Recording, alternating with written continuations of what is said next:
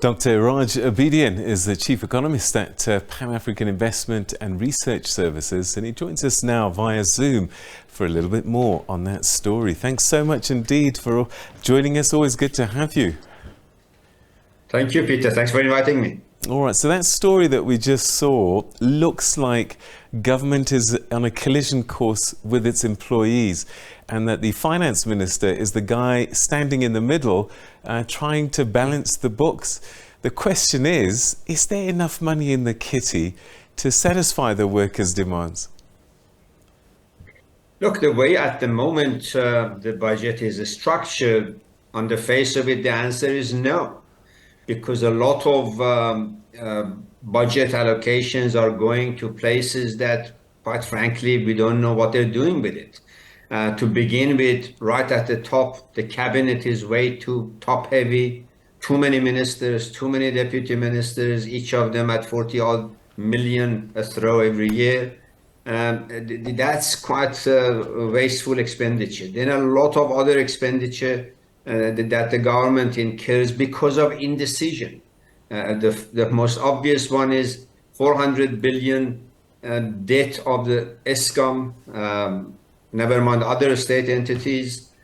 This has been for 10 years under discussion, and the government has just kicked the can down the road, thinking that somehow magically this will go away. And every day that is not dealt with, Peter, you and I as taxpayers and the nation pays for it.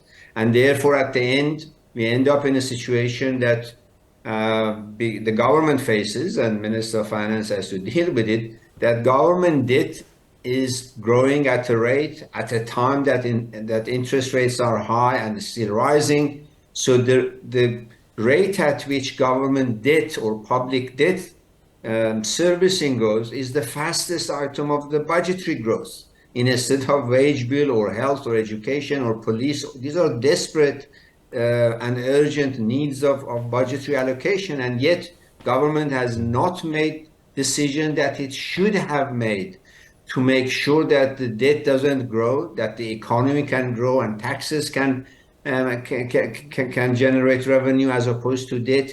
So government, because of its own indecision, they know exactly what needs to be done, but they don't.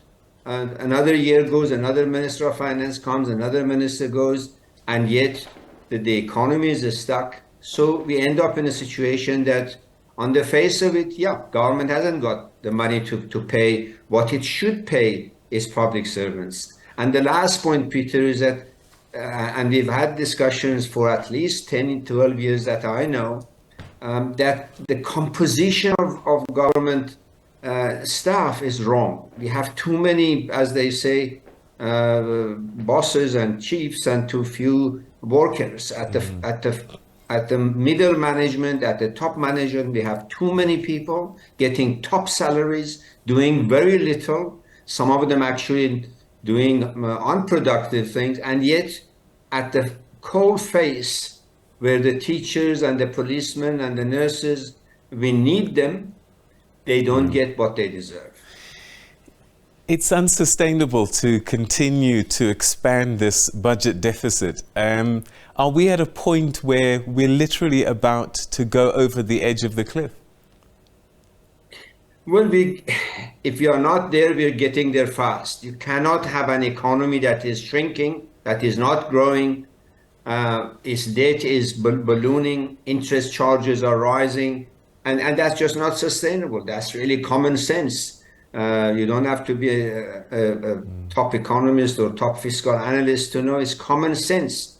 And yet the government does not seem to have the political courage or the intellectual cohesion within the cabinet to make the decision that it should have made. Remember, many years back, Minister at that time, Minister Mbuweni, Minister of Finance, put a proposal to the cabinet. These are the structural changes that has to take place to revive the economy. Nothing is done. He is gone, cooking, and the new minister comes in, and believe me, he's also told us that he's going to restructure ESCOM. He didn't do. They kicked the can 2 years. down the line, be hoping that this week they'll do something. So I think this is indecision that pushes us fast towards that unfortunate fiscal cliff that you're referring to. We may not be there, but look at, we are on the verge of being gray listed. Why? Because decisions were not made 3-4 years ago. It's this lack of decision making. It is not that that our government doesn't know what to do. I have absolutely no doubt that the National Treasury has already put a paper together as far back as the time that Minister Bhuveni was Minister of Finance. The policy interventions and policy changes are well known. Yet the cabinet doesn't make decisions. And I don't know why. They think that if they kick the can down the road, somehow miraculously ESCOM will be sorted out, somehow miraculously Transnet will turn around, etc., etc. And every day that you don't deal with the rot, it goes wider, it goes deeper. All right, let's simplify this for our viewers and look at the budget almost like a family budget. So there are two things that you can do when you're in trouble. One is to get another job, to raise more money, and the other is to cut expenditures in the house, right? So let's look at the top bit, raising more money. And it doesn't look like the government can do this. We've got taxpayers leaving the country, we've got people losing their jobs, and less work out there. So what does one do to raise more cash? Look, if you want to raise more money now, you will. But remember, South Africa is a junk graded from a sovereign risk point of view. If you like, it's sub-investment grade, which means in common language, every bit of borrowing is a lot more expensive. At the same time, you are very close to be grey listed. We'll know in the next week or so. If that happens, then even it will be more expensive to raise funds, not just for the government, but also for South Africa, even the private sector, even the banks. So when we talk about additional borrowing, can government borrow more? Of course it can, but the cost will go up. And next year, this time, there will be more money taken away for servicing that borrowing that we do this year, and we have been doing it for over 10 years, than what we do today. So next year will be even in a tighter point. So I think for governments, and you alluded to your second point, as an individual, you look for income. As government, they can get income. They cannot just raise taxes in an economy that is shrinking. The government's job is to find ways and means and create an environment that the economy can grow. Peter, the fact is that our economy is resourceful enough, and this is something that we mustn't look too gloomy. Unfortunately, government has brought us to a gloomy space, but the South African economy need not be in a gloomy space. We should be growing in the environment that we are, given the resources that we have in agriculture, in mining, in manufacturing, in tourism, and everything else. We need to create opportunities for additional growth, additional job creation, additional revenue, and additional taxes. That's what the government should be focusing on. And unfortunately, they don't. And if they don't, we're going to have this debate. Every year is going to get more gloomy, and it's not a good thing. All right. And the other side of that equation is expenditure. And you've got to cut down on your expenses.